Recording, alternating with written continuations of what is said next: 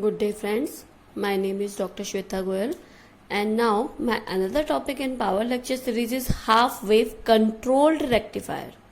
For previous lecture I explained about half wave rectifier and now I will explain here half wave controlled rectifier.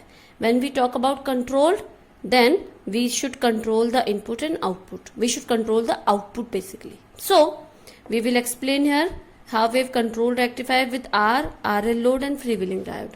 Now first of all we will talk about half wave rectifier where AC input is there, step down transformer is there.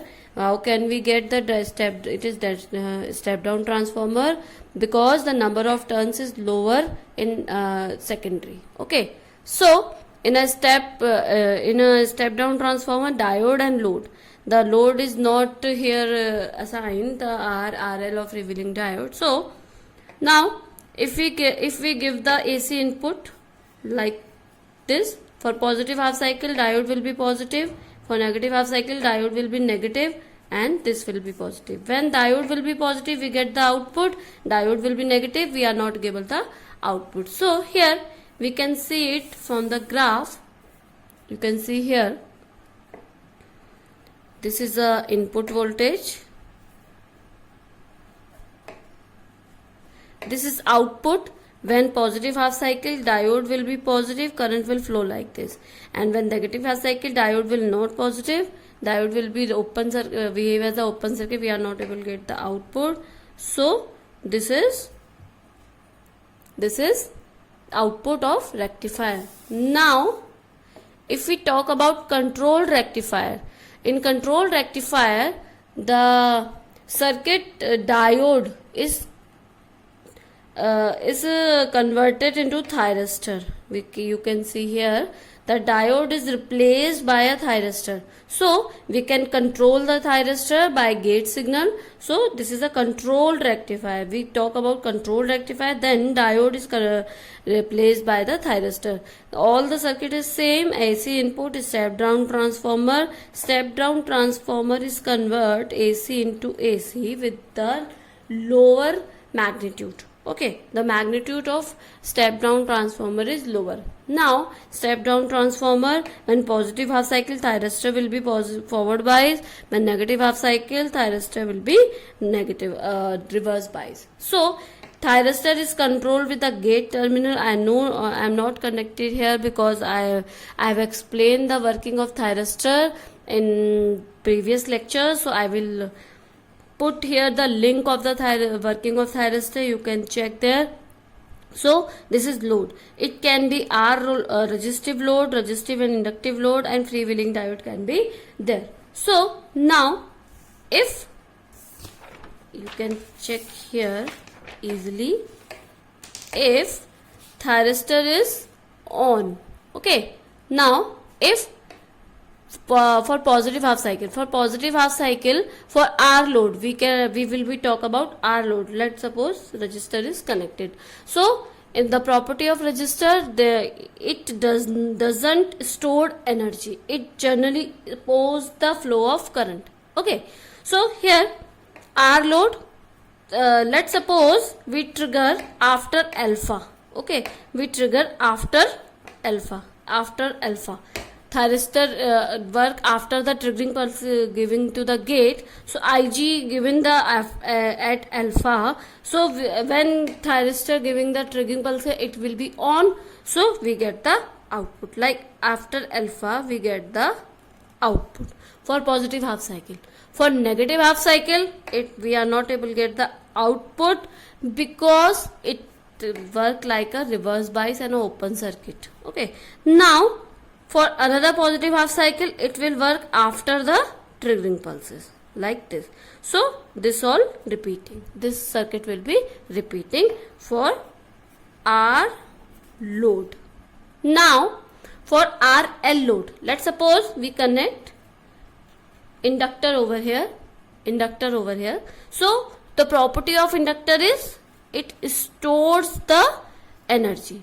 So when a positive half cycle is there, when the positive half cycle is there, the thyristor will be on after the alpha signal, after the triggering angle. So because it is thyristor, it is not diode. Diode will act just like forward bias, and we get the output. In a thyristor, where it will on when we give the gate triggering pulse. So if we give the gate triggering pulse, inductor will charge. Let's suppose this is inductor and this is resistor. Inductor will charge plus minus.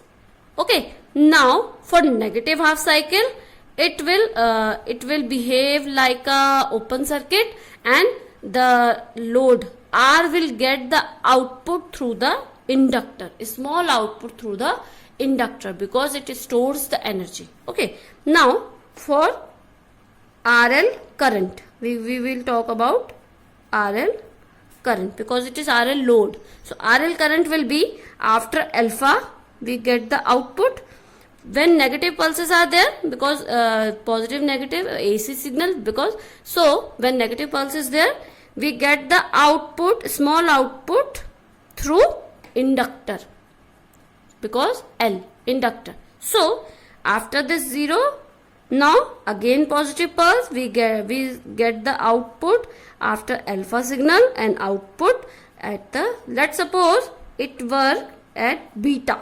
Okay, so alpha after pi and beta.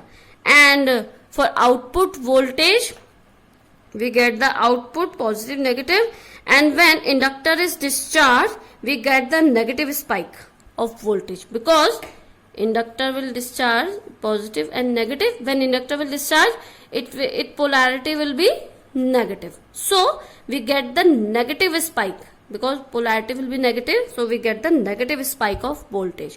Now this is 0 output, and then after alpha we get the output. So this is a working of RL load. Now if we talk about freewheeling diode, we will, let's suppose, freewheeling diode across the load like this. Okay, like this across the load. When during pi to beta, freewheeling diode will on. Okay, now pi to beta, because at the time of discharging of inductor, pi to beta timing is discharging of inductor. When inductor is discharging, the freewheeling diode will be on, so we can get the output. We can get the output through freewheeling diode. So output is same as R load. This, because at pi to beta we are not able to get output, because the inductor we are not able to get the output, because inductor will discharge through freewheeling diode. We are not able to output at pi to beta time. So in pi to beta time, when we connect the diodes, we are not able to get the output, because inductor with charge plus minus, it will discharge through freewheeling diode. So because freewheeling diode on, the output will be short at pi to beta period, the output will be 0. So for diode connection, we get the output like this, R load. So this is freewheeling diode output. Now the calculation of half wave control rectifier is there. You will get the out this. Okay, this is. Now you can check half wave control rectifier. DC voltage will be 1 upon 2 pi, 0 to pi, alpha to pi, Vm sin omega t d omega t. Vm will be constant upon 2 pi. The integration of sin pi is minus cos pi, 0 alpha to pi. Put the limit, cos pi is minus 1 plus minus 1 to minus 1 is plus 1. Vm upon 2 pi 1 plus cos alpha. This is the DC output. Okay, because it is rectified, so convert AC into DC. The DC output will be V maximum upon 2 pi 1 plus cos pi, this one. Okay, because we put the limit alpha to pi because we get the output between alpha to pi when we talk about control rectifier. Now this is RMS voltage. RMS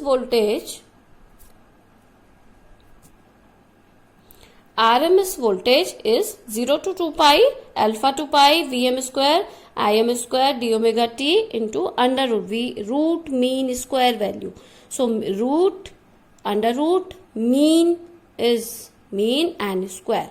So Vm square upon 2 pi alpha to pi 1 plus the sine square omega t integration is 1 minus cos pi upon 2 d omega t. After putting the limit we are able to get the output.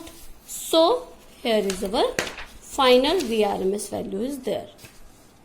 Vm2 1 pi alpha pi minus alpha plus sine 2 alpha upon 2 under root. So this is our final output Vrms. So here friends, if you have any query regarding this session, please comment me in a comment box. I will explain there.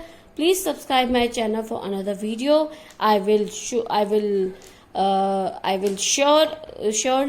upload all the videos as soon as possible. Thank you. Please subscribe my channel. I am also in a Telegram at Engineering Master. Please subscribe this.